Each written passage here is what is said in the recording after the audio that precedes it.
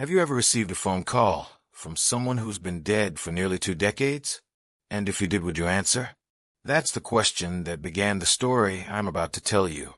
A story that rewrote everything I believed about grief, loyalty, and betrayal. A story that started with a single ring at a time when no phone should ever ring. My name is Ethan Rowe, and for the last 18 years, I carried a regret so heavy it lived in my bones. It shaped the way I walked, the way I talked, the way I slept, when I could sleep at all. And all of it, all of that weight, all of that grief, was because of my older brother Caleb. Caleb wasn't just my brother. He was the one who looked out for me when our parents fought, the one who taught me how to ride a bike, the one who let me believe I was braver than I really was. He was the protector, the reliable one, the safe one. And at 19 he died. At least, that's what the world believed. That's what they told me. That's what every official report said. Drowning. At Blackwater Lake. A late-night swim with friends gone wrong. A tragic accident. A freak moment. A life ended too soon. But here's the thing. Caleb didn't swim at night. He didn't even like lakes unless he could see the bottom. That wasn't fear. That was who he was. Cautious, steady, aware. So when they told me it was an accident, when they told me he just slipped under the water and vanished, I didn't believe them. Not then. Not now. But grief does strange things to people. Mom broke first. Her grief wasn't loud. It was slow and suffocating, like drowning without water. One day, she simply stopped trying. Stopped cooking. Stopped smiling. Stopped being Mom. She wasn't gone, but she wasn't there anymore either. Dad handled it differently. He wrapped himself and worked the way drowning victims wrap themselves in seaweed. Tangled, desperate, unreachable. And me? Well, I shattered quietly, and no one noticed. I was the one who was supposed to meet Caleb that night. We had plans. He said he needed to talk to me. Said it was important. But I was tired. Distracted. 16. Careless. I told him I'd see him tomorrow. Tomorrow never came. For 18 years, I lived with that guilt. Like a second skin I couldn't peel off. And there was only one thing I kept from the life I had before he died. His phone number. Not because I expected him to call. Not because I hoped for a miracle. But because deleting that number felt like losing him again. And I couldn't handle another death. So I kept it. Year after year. Phone upgrade after phone upgrade. Through breakups, job changes, everything. A dead number. A relic. A ghost. Then last week, the impossible happened. It was 3:12 a.m. That hour when the world feels thin, and the quiet feels alive. I was half asleep, half dreaming, half wishing life had turned out differently, when my phone lit up on nightstand. At first, I thought it was just a notification. Spam. A random alarm. But then the screen stayed bright, and the vibration started. A call. I blinked, squinted at the screen, and my breath froze in my throat. Calling Caleb Rowe. My brother's name. My dead brother's name. Right there. In glowing white letters. I sat up so fast I felt dizzy. I checked again, thinking maybe I was still dreaming. Nope. His name. His picture. His old contact photo from when he turned 19. The same picture we used at his memorial. I should have dropped the phone. I should have thrown it across the room. Instead, I answered it. My hands were shaking so hard I almost missed the button. I pressed the phone to my ear. And what I heard next didn't belong in this world. It wasn't static. It wasn't a pocket dial. It wasn't silence either. It was breathing. Soft. Uneven. Human. Hello? I whispered. Nothing. I tried again, voice cracking. Caleb. And then, Ethan. It wasn't a memory. Not some leftover recording. Not an echo of trauma. It was a voice. His voice. Older, strained, terrified. But real. The air left my lungs. My heartbeat drowned out everything. Caleb. I croaked. He inhaled sharply, like he'd been holding his breath underwater for years. I don't have long, he whispered. They're watching me. They think I don't remember. But I do. I do, Ethan. My mouth went dry. Remember what? I asked. There was a trembling pause. What really happened that night? His voice shivered. They lied to you. They lied to everyone. I felt the room tilt, like gravity had changed directions. Caleb lied. What do you mean? I heard footsteps on his end. Fast. Urgent. Like someone was approaching. I shouldn't have called, he whispered. But you deserve the truth. You always did. What truth? I begged. Another breath. Another pause. And then a name. A name that ripped the world open. It was Liam. My best friend. My closest friend since childhood. The one who comforted me the night Caleb died. The one who helped me through years of depression. The one who swore he loved my brother like his own. No, I whispered. Liam would never. But before I could finish, the line cut. Not ended. Not dropped. Cut. Like someone physically ripped the phone from his hands. I stared at the screen. Call failed. I tried calling back. The number wasn't just disconnected. It didn't exist. Like it had never existed at all. I sat in the dark, shaking, my mind racing faster than my heart. My brother didn't drown. He didn't vanish. He didn't slip into the night. He had been killed. And the killer was someone I trusted more than anyone. But Caleb's voice, Caleb himself, had just reached out from somewhere. Somewhere real. Somewhere dangerous. Somewhere he said he was being watched. And for the first time in 18 years, I realized something horrifying. My brother wasn't dead. He was out there. Alive. Scared. And calling me for help. But there was one question that burned hotter than all the rest.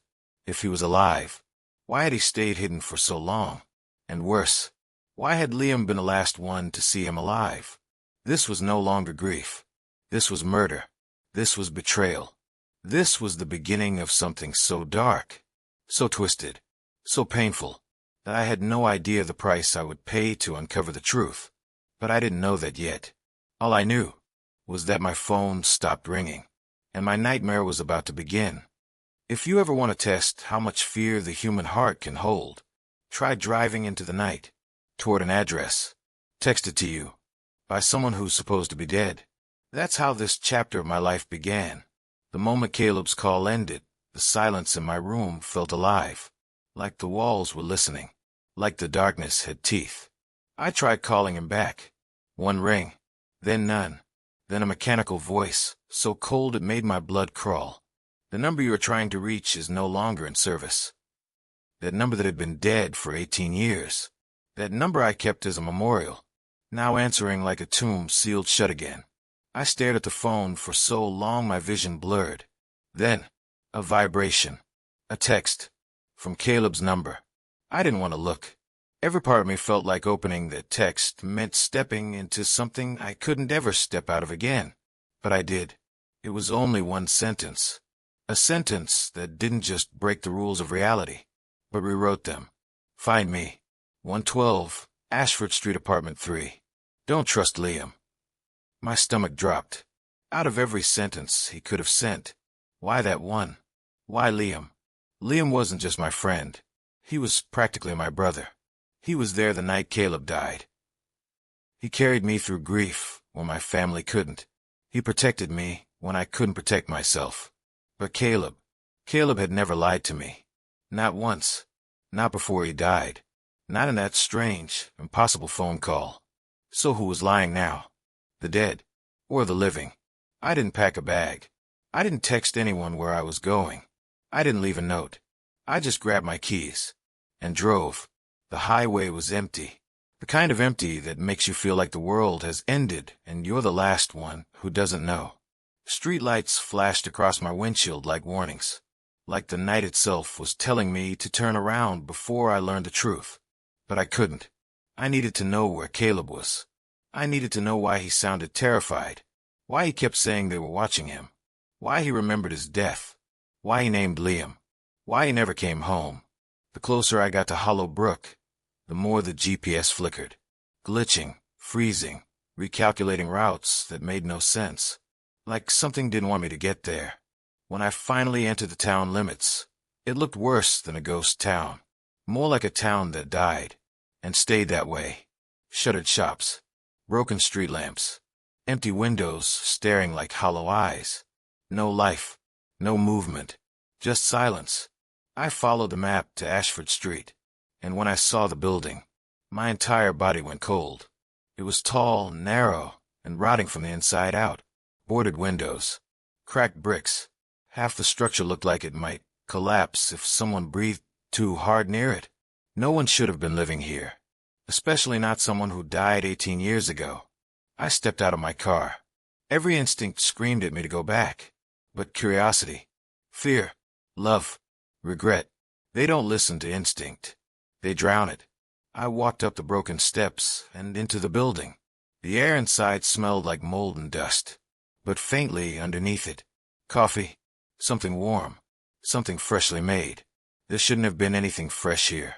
I walked down the dim hallway until I found apartment 3. Its door was different from the others.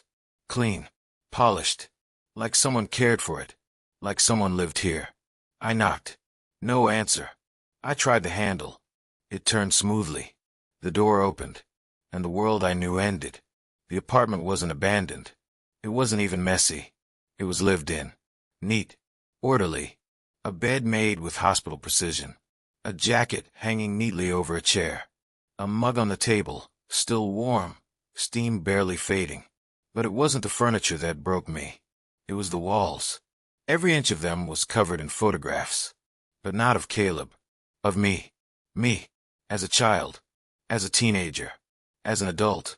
Photos I didn't even know existed. Photos taken from angles that suggested someone had been watching me for years. Closely. Constantly. Obsessively. Images of me with friends. Me walking home. Me asleep in my car, waiting for classes to start. Me standing at my brother's grave. Someone had documented my entire life. And in the center wall, framed like it mattered more than the rest, a photo of me and Liam, arms around each other, smiling. But somebody, and I didn't need to guess who, had drawn a thick, red X over Liam's face. I stepped closer to the table. A notebook lay open. The handwriting was messy, shaky, rushed. But it was Caleb's. I'd recognize it anywhere. The words chilled me. They gave me a new name. They think I forgot. But I remember drowning. I remember who pushed me. Don't believe anything he says. My heartbeat thundered in my ears. Who pushed him? Who wanted him to forget? Who were they? And why would Caleb fill an apartment with photos of me? What was he preparing me for? Then, a voice behind me. Low. Calm. Too calm. That's enough. I froze. My blood turned to ice. Every nightmare I ever had suddenly felt too real. I turned around slowly, and standing in the doorway, blocking my escape, was Liam. His expression wasn't shock, or confusion, or fear. It was something worse. He looked ready, like he knew I'd come, like he'd been waiting. Ethan, he said softly, calmly, far too calmly, I really wish you hadn't found this place. There was no surprise in his voice, no guilt, just inevitability, like everything that had happened. Caleb's call, the text, the notebook, the photos, was part of a story I wasn't meant to uncover. My throat tightened. Liam, I whispered, what are you doing here? He stepped inside and closed the door behind him. Click. A small sound. A terrifying one. I should be asking you the same thing, he said. His eyes flicked to the photos, to Caleb's handwriting, to the red X over his own face, and still no shock, like he'd seen it all before, like he already knew what I'd find. Ethan, he said quietly, you don't know what you're walking into. I swallowed hard. And you do. His jaw tightened. I know more than you think. He took a slow step toward me. Not threatening. Not aggressive. Worse. Controlled. We need to talk, Liam said. About Caleb. He paused. And about what really happened that night. My chest tightened. What do you mean? I whispered. He let out a slow, tired breath. I've been keeping something from you. Something I should have told you years ago. My pulse hammered. But before he said another word, a soft sound came from down the hall. A creaking floorboard. A shifting shadow. Someone else was in the apartment. Someone who moved like they didn't want to be seen. Someone who had been listening. Liam's eyes flicked toward that dark hallway, and the skin on the back of my neck crawled. Because in that moment, I realized something horrifying. Liam wasn't the only one in that apartment, and whoever else was there was either hiding from Liam or hiding from me. Either way, the truth was no longer something I could walk away from. It was something I was now trapped inside, and what happened next would either give me answers or destroy me entirely. If there's one thing life teaches you, it's this. Sometimes the person you trust the most is the one you should fear, and sometimes the person you fear the most is the one trying to save you. I didn't know which one Liam was. Not yet, but as he stepped deeper into that apartment, into Caleb's shrine-like wall of photos, into that suffocating silence, I felt something shift in my chest. Not just fear. Something worse. Recognition. Like a part of me already knew Liam was connected to Caleb's disappearance, long before Caleb's voice told me the truth. But my mind wouldn't accept it. Not yet. Not without a fight. When Liam said, "Ethan, I wish you hadn't come." It wasn't a threat. It sounded like regret, like dread, like a warning given too late. I backed away, my heart racing, my palms shaking. "What did you do to my brother?" I demanded, my voice breaking. He raised both hands slowly, not in surrender, but in caution. "Your brother?" Liam repeated quietly. "You still believe that voice was Caleb?" Every muscle in my body tightened. How else would he know the things he said? I snapped, but Liam didn't flinch. He didn't raise his voice. He didn't get defensive. Instead, he sighed long, exhausted, like someone who'd been holding a truth inside for far too long. "Because someone," he said, "wants you to think I'm the villain." The way he said it, calm, broken, tired, it didn't fit the image of a murderer, and that made me even more terrified. A man who isn't afraid to admit guilt is dangerous. A man who sounds like he's carrying the world on his shoulders. That's a different kind of danger. A smarter one. A colder one. A morally confusing one. 18 years, Liam whispered. 18 years, Ethan. I kept your family's secret. And this is how it repays me. My skin crawled. What secret? My voice trembled. Liam didn't answer immediately. He stepped closer, slow, measured, like each step carried a memory he didn't want to revisit. "Caleb didn't drown," he said finally. I felt like the floor tilted beneath me. "What are you talking about?" I shot back. "He ran," Liam said. "From you. From your parents. From everything." The words hit me so hard my breath caught. "That's a lie," I hissed. "Is it?" Liam murmured. Then he reached into his pocket. Not quickly. Not dramatically. Gently. Like he didn't want to scare me more than I already was. He pulled out a folded photograph and handed it to me. My fingers trembled as I opened it, and the world stopped. It was Caleb. Older. Alive. Standing in the sunlight. Longer hair. A worn jacket. A tired smile. And beside him, Liam. Not a grainy photo. Not photoshopped. A real picture. A real moment. A real Caleb. 8 years after his supposed death. My legs almost gave out. What is this?" I whispered. "He came to me," Liam said. "Not the other way around." My voice cracked. "You expect me to believe Caleb just decided to disappear? And you what? You just helped him." "He begged me," Liam said smoothly. "No," he cried. "He said if he stayed, he'd ruin you. Ruin your parents. Ruin the whole family." "No," I whispered, shaking my head. "No, that doesn't make sense." "Doesn't it?" Liam asked softly. The softness scared me more than anger. I stumbled back, gripping the edge of the wall. My mind couldn't wrap around it. Caleb was alive. Alive 8 years after I buried him. Alive long enough to reach out. Not to me, but to Liam. Why Liam? Why not me? Why not Mom? Why not Dad? Why did my brother choose my best friend over his own family? The thought alone made a lump rise in my throat. "What are you hiding?" I whispered. "What did you do to him?" Liam's expression softened, but his eyes darkened, because now he was done avoiding the truth. "Ethan," he said gently, "there are things you don't know. Things he didn't want you to know." I felt my heartbeat slam against my ribs. What things? I demanded. He hesitated. Then, for his sake, Liam said quietly. I laughed. Bitter. Pained. For his sake? You expect me to believe you did all of this? I gestured around the room. The photos. The notebook. The X over Liam's face. For his sake?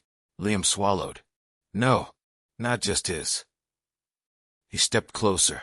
So close I could see the lines under his eyes. Lines I'd never noticed before. I kept a secret, he said. For yours. I froze. For mine. Liam nodded slowly. Painfully. Yes. I shook my head. You're lying. Am I? He whispered. His tone changed. Deeper. Heavier. For something else, too, he added. The air in the room grew thick. What's something else? Liam lifted his eyes to mine, and in them, I saw something I never expected to see. Fear. Not fear of me. Fear for me. For survival, he said. My heart dropped. Survival from who? I whispered. Liam didn't answer. Not verbally. His eyes drifted slowly toward the hallway behind me. The dark hallway. The one I had heard the creaking from. The one with shadows moving like they were alive. Ethan, Liam murmured. You're not alone in this apartment. My blood turned into ice. What? I whispered. He nodded once. There's someone else here. Someone who followed you. Someone who doesn't want you to find Caleb. I turned toward the hallway, but it felt like turning toward my own grave. The darkness swallowed the corridor. But someone, was definitely there. A silhouette. A presence. A faint outline. Watching. Listening. Waiting. Who is that? I whispered. Liam's voice dropped to a rasp. Not who you think. My throat tightened. What does that mean? He exhaled shakily. Ethan, you need to understand something before I explain the rest. What? I whispered. His eyes were serious now. Sharp, urgent. Nothing like the friend I once knew. The person you're afraid of right now, he pointed toward the hallway, is not the real danger. I stared at him, terrified. Then what is? I asked. Liam stepped closer, lowering his voice to a whisper so soft I almost didn't catch it. The truth, he said. My heart hammered. What truth? His mouth tightened. His jaw locked. He leaned in, and then he whispered something so devastating, so impossible, so reality-shattering, that it would change everything I believed about my family, my brother, my friend, and myself. But the apartment creaked. The silhouette shifted. And before Liam could speak, the lights went out. Before I tell you what happened when the lights went out in that apartment, before I tell you what Ethan saw, or didn't see, you need to know something he doesn't, something the audience knows now. But Ethan won't learn until it's already too late. A secret that didn't just change the story, it created it. The truth starts 18 years ago. Not on the night of the drowning. Not in the lake. Not in the darkness. It starts 3 weeks before Caleb disappeared. It was a Thursday. Late evening. A night that should have meant nothing. A night that should have passed like any other. Except it didn't. Because that night Caleb saw something. Heard something. That destroyed him. Something Ethan said. Something Ethan doesn't even remember saying. But Caleb remembered it. Every word. Every syllable. And it tore him apart. That night, Ethan came home drunk. Angry. Slurring. Barely standing. He was 16. Overwhelmed. Drowning in school pressure. Carrying guilt he never talked about. Breaking under the weight of his parents' constant fights. And in that state, in that storm of emotions, he snapped. He stormed into Caleb's room, shouting, blaming him for everything, for their parents' arguments, for money problems, for Ethan always feeling second. Words spilled from him like poison, words he would never have said sober, but they came out anyway. And the worst of them, I wish you were never born. My life would have been better without you. Ethan never remembered saying it. His brain erased the night like a bad dream. But Caleb remembered, because Caleb pressed record on his phone, not to expose Ethan, not to punish him, but to convince himself that the pain he felt was real, that his brother truly hated him, For days, he listened to the recording on repeat, crying quietly, hiding it from everyone. For days, he spiraled, cracked, broke, until he believed something truly tragic. Maybe Ethan's life would be better without him. That belief, that heartbreak, that wound, became the seed of everything that followed. It's the reason Caleb pulled away. The reason he started acting strange. The reason he confided in someone unexpected.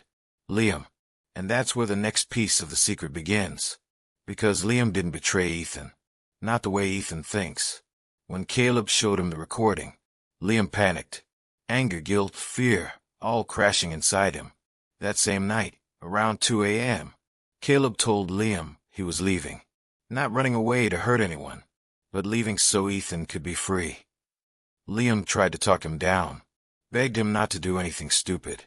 But Caleb was convinced he had become the problem. He decided to disappear. Not die. Not drown.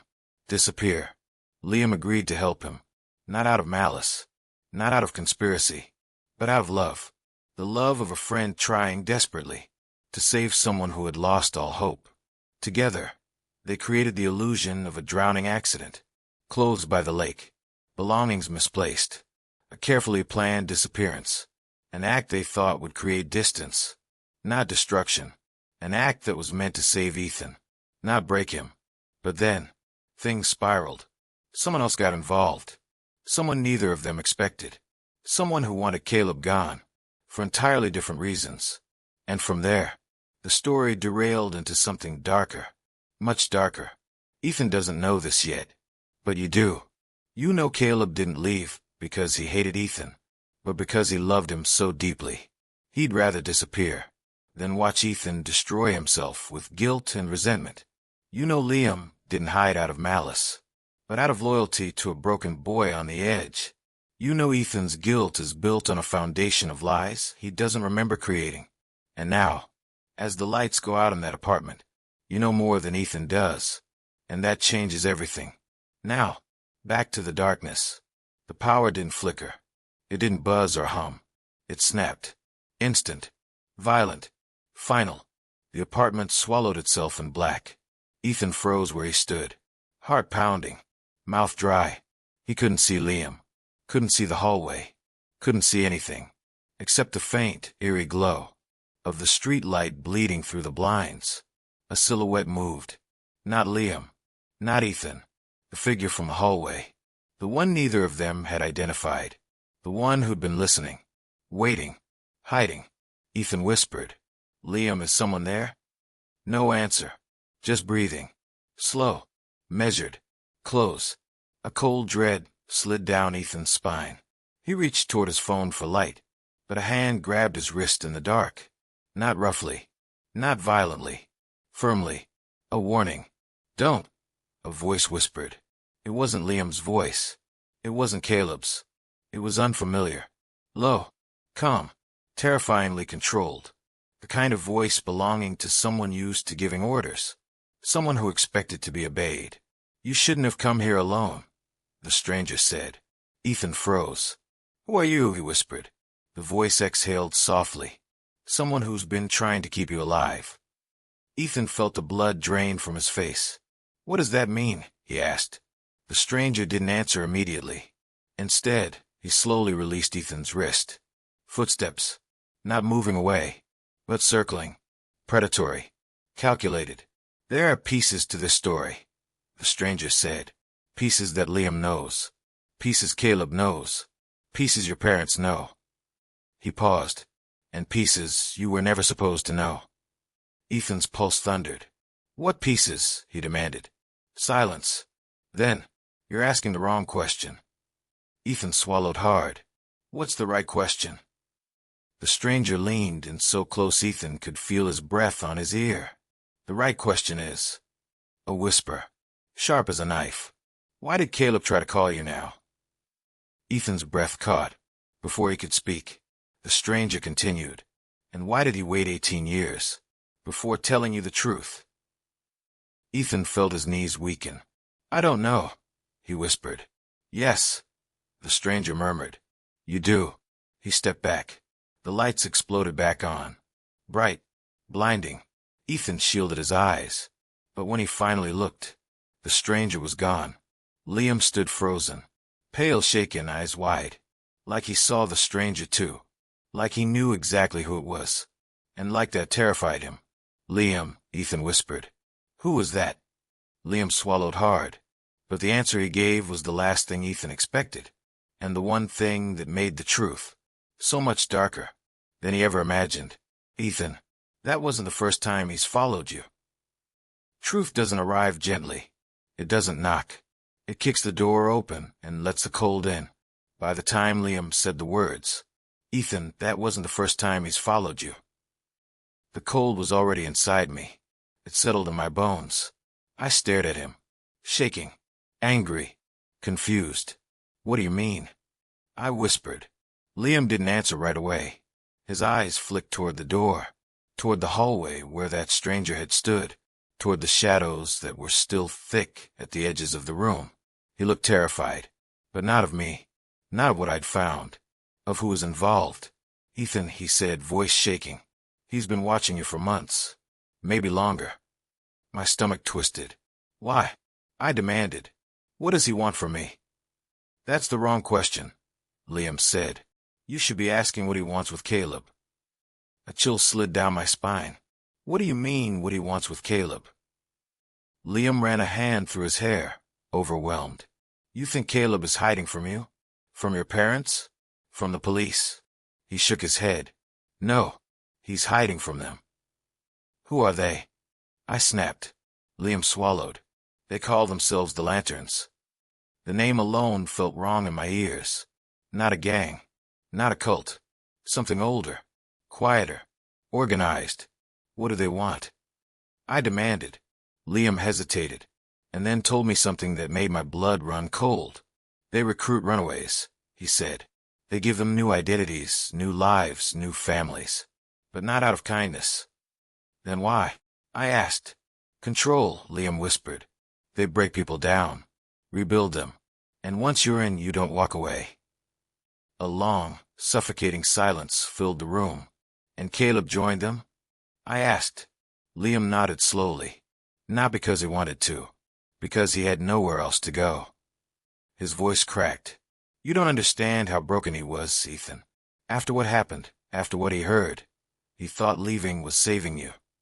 I felt something twist painfully in my chest. "What he heard?" I whispered.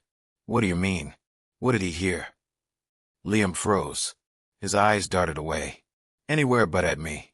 "Tell me," I demanded. "Nothing." He wouldn't look at me. "Tell me." I shouted, and that's when Liam broke. He closed his eyes, exhaled slowly, and whispered the truth I wasn't ready for. "Caleb heard you say you wished he was never born." My heart stopped. "No," I breathed. "No, I didn't." "You were drunk," Liam said.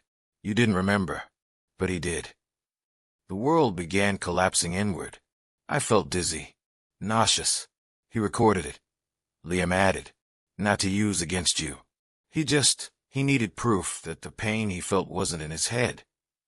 I shook my head violently. "I would never say that to him. Never. But you did."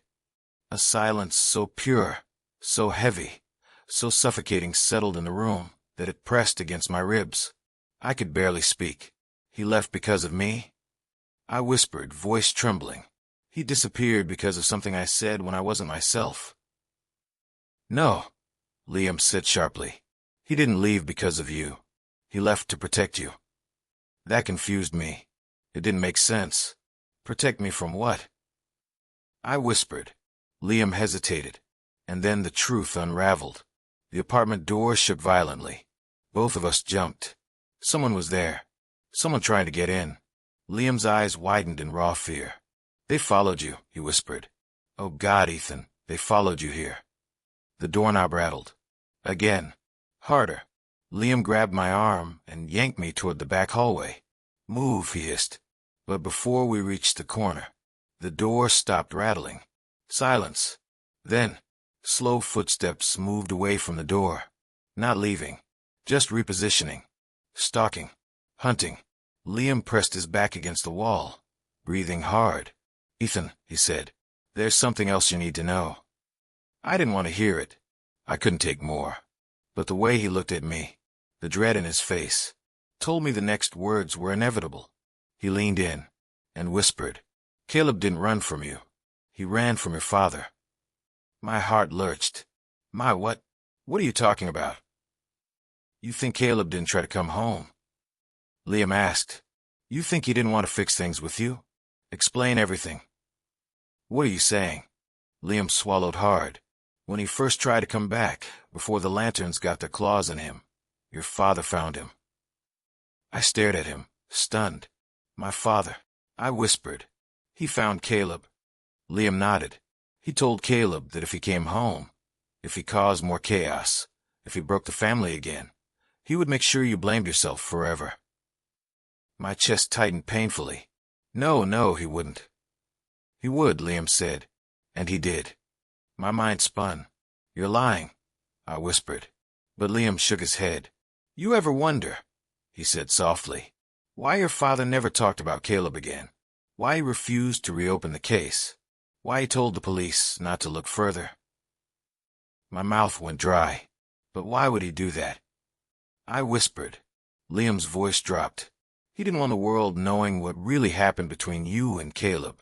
He thought burying the truth would protect you. Silence. Heavy. Breaking. He thought he was saving you, Liam said, but he destroyed both of you instead. I couldn't breathe. I couldn't think.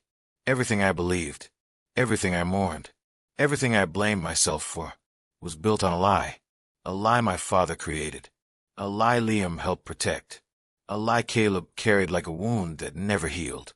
He tried to come back, Liam repeated. He tried, Ethan, and your father pushed him away. That's when the lanterns took him. I felt myself collapse against the wall. My own father. My father. The one man I thought grief had broken. He hadn't been broken. He had been hiding something. Something unforgivable. Something monstrous. I whispered, "Where's Caleb now?" Liam didn't answer.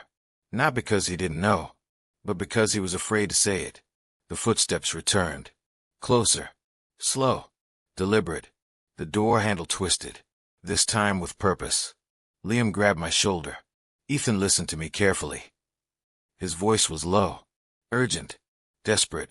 You're not just looking for Caleb anymore. The handle twisted again. Someone on the other side whispered something I couldn't hear. Now, Liam said, you're running from the same people who took him. My blood turned to ice. Who are they? I whispered. The door creaked open. Just an inch. Just enough for a shadow to slip inside. Liam leaned close, and finally told me the truth I could never unhear. Ethan, the lanterns didn't recruit Caleb. They recruited your father first. There are moments in life when the world doesn't just fall apart. It folds in on itself. Silent, cold, pulverizing everything you thought you knew. For me, that moment began the second Liam's words stopped echoing in my skull. Ethan, the lanterns recruited your father first. Everything after that felt like trying to breathe underwater. The door creaked open wider, but no one stepped inside. A shadow lingered near the threshold, watching, judging, waiting. I didn't know who they were. I didn't know what they wanted. All I knew was that the danger that had been creeping toward me was no longer creeping. It was here. And this was the point of no return. Liam grabbed my wrist and pulled me toward the back exit. Move, he hissed. If they take you now, we don't get another chance. Who are they? I whispered. Liam didn't answer. He just pushed me through the dim back hallway, toward a stairwell that smelled like rust and mildew. Your father isn't who you think he is, Liam said as we ran. He was part of the lanterns long before Caleb disappeared, long before he threatened him, long before the lie of the drowning. My dad, I gasped. My dad would never. He told Caleb to disappear. Liam snapped. He told him the family was better off without him. He reinforced everything you said that night. He weaponized it. I almost stumbled down the stairs. No, I whispered. No, my father would have told me. He would have. Liam whirled around and grabbed my shoulders. He didn't tell you, Ethan. He hid it. He hid Caleb. He hit everything. My throat closed. Why? I choked out. Liam looked at me with something like pity, because the lanterns promised him a clean slate, a way to erase the problem in the family, a way to control the narrative. My father helped him take him. The words didn't feel real. I didn't feel real. Liam swallowed. It wasn't supposed to go that far. Caleb was supposed to vanish quietly. But something changed. Someone higher in the lanterns got involved. Someone who saw a future use for Caleb. And what do they want with me? I whispered. Liam didn't speak. But the look on his face, that was enough. Whatever they wanted, I wasn't supposed to survive it. We reached the exit door, busted hanging crooked, and slipped outside into the freezing night. The alley was empty. Silent. Too silent. Liam took one cautious step forward, and then he froze. He wasn't looking at the alley. He was looking at me. "Ethan," he whispered. "Behind you." I turned, slowly, and saw, not the stranger from earlier, but something worse.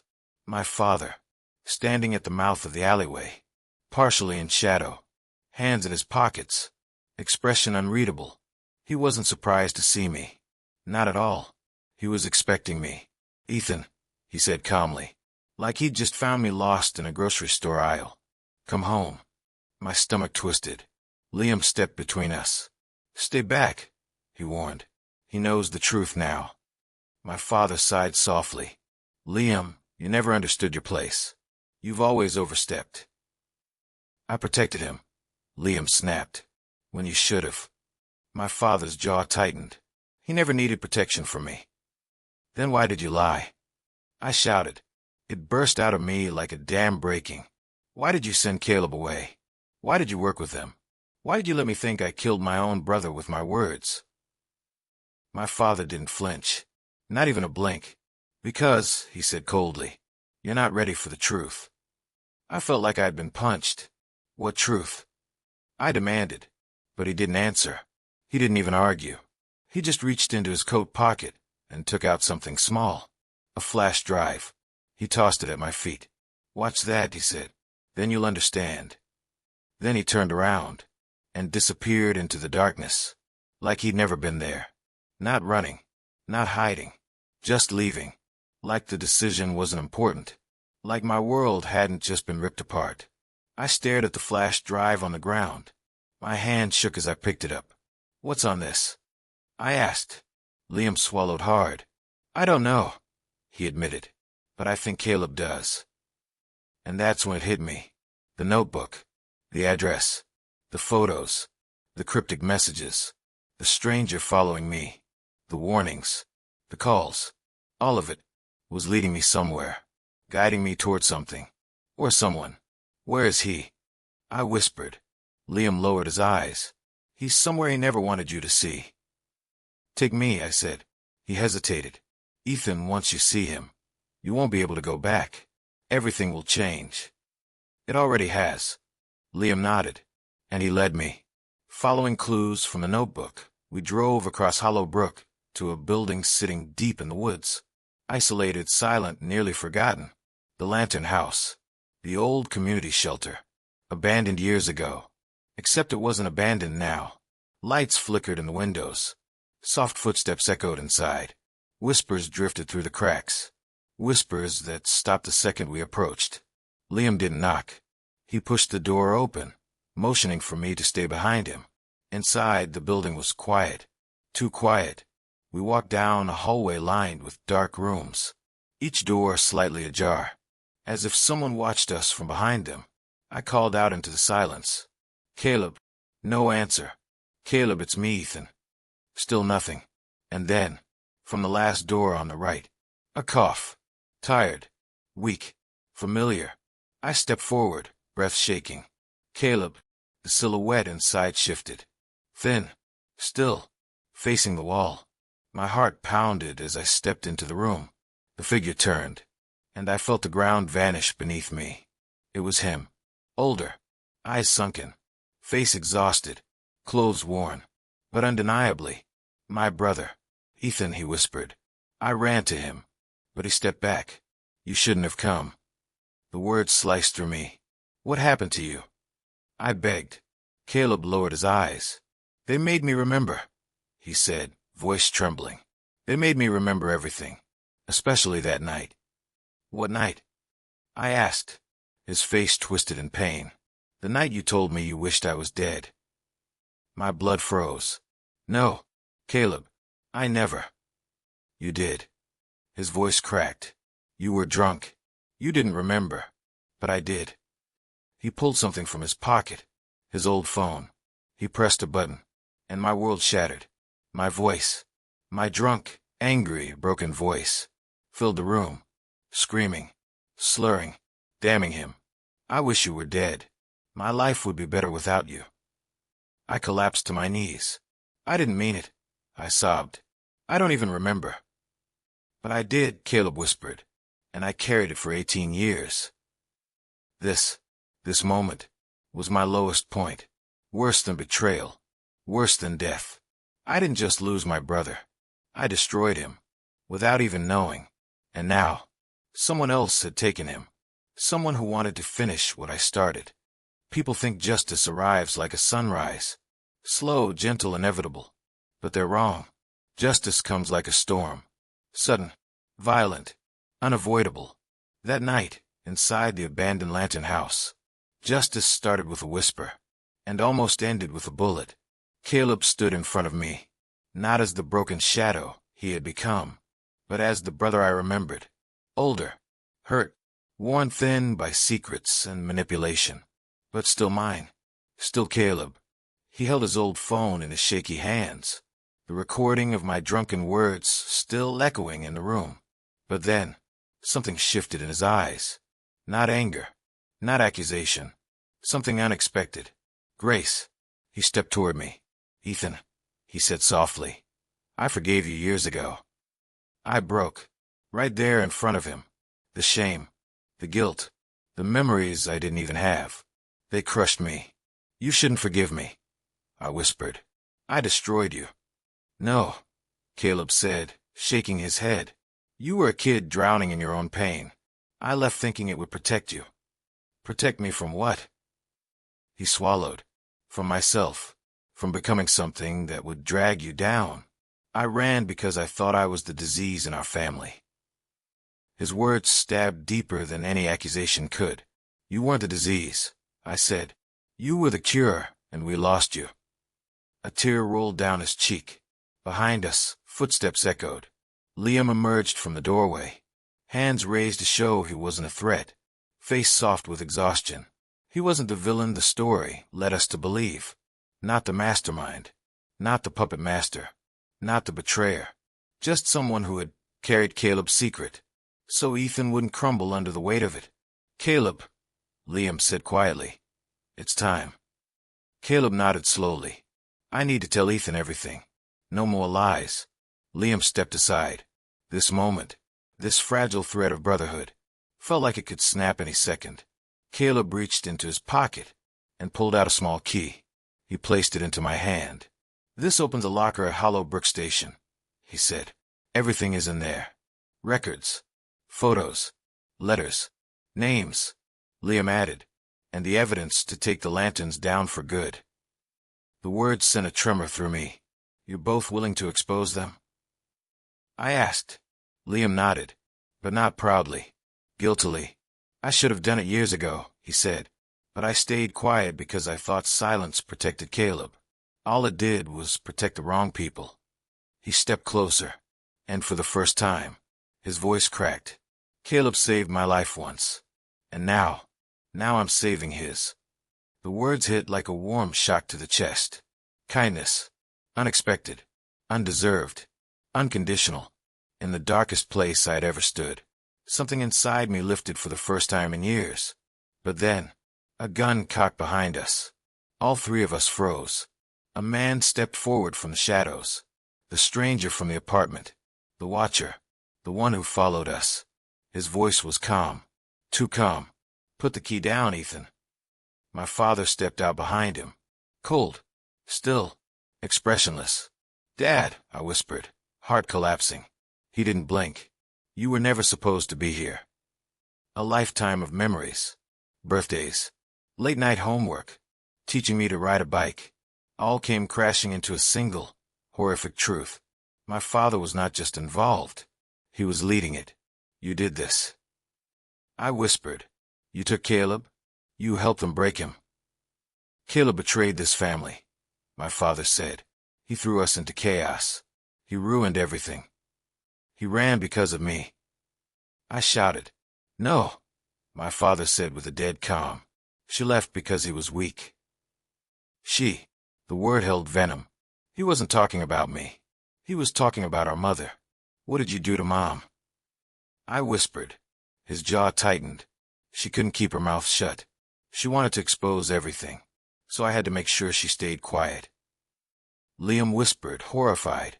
You didn't. My father didn't answer, and that silence was worse than any confession. Everything clicked. Mom didn't fade. Mom didn't lose herself. She'd been silenced. And Caleb had known. That's why he disappeared. Not because of my drunken words alone, but because he saw Mom's fate and realized he was next. My father pointed the gun at me. Give me the key, Ethan. Caleb stepped between us instantly. No, he said. If you want him, you go through me. My father's eyes narrowed. I already did once. The gunshot cracked the air, but Liam lunged, shoving Caleb aside, taking the bullet in his shoulder. He fell hard. Caleb screamed. I ran to Liam, grabbing him, holding him upright. I told you. Liam gasped through clenched teeth. This time, I save him. My father cocked the gun again, angrier now, unhinged. But before he could shoot, Caleb rushed him, not with rage, with precision, with purpose. Years of suppressed survival instincts kicked in. The gun clattered to the floor. The two struggled, fought, bodies slamming into the walls. But Caleb, he wasn't a broken runaway anymore. He was stronger, smarter. He wasn't fighting to win. He was fighting to end it. For both of us. One final shove, and my father went crashing backward, into the metal storage rack behind him. It collapsed, hard, pinning him to the ground. The gun slid across the floor. I picked it up, hand shaking, breath jagged. My father glared up at me, pinned, helpless, teeth bared. Ethan, he spat. You're not strong enough. You never were. I aimed the gun at him. Maybe not, I said, but Caleb is. I tossed the gun aside. Your time is over. Caleb stood beside me. For the first time in 18 years. Together, we dialed 911. And for once, the truth didn't hide. The police arrived. My father was arrested. The Lantern House was raided. Their files seized. Their leaders exposed. Liam was taken to the hospital. Alive. Breathing. Saved. And Caleb walked out of the shadows. And into the world again. Not as the boy who ran. Not as the ghost who called in the night. But as my brother. Alive. Healing. Home. The story ends here. But not the journey. Because healing isn't a moment. It's a road. And for the first time, we're walking it together. Me, Caleb, and even Liam, the unexpected hero. If you've followed this story to the end, thank you. And if you want more deep stories like this, more twists, more heart, more truth, make sure you like, comment, and subscribe to VengeTaleStory. Because trust me, this isn't the last tale we'll tell.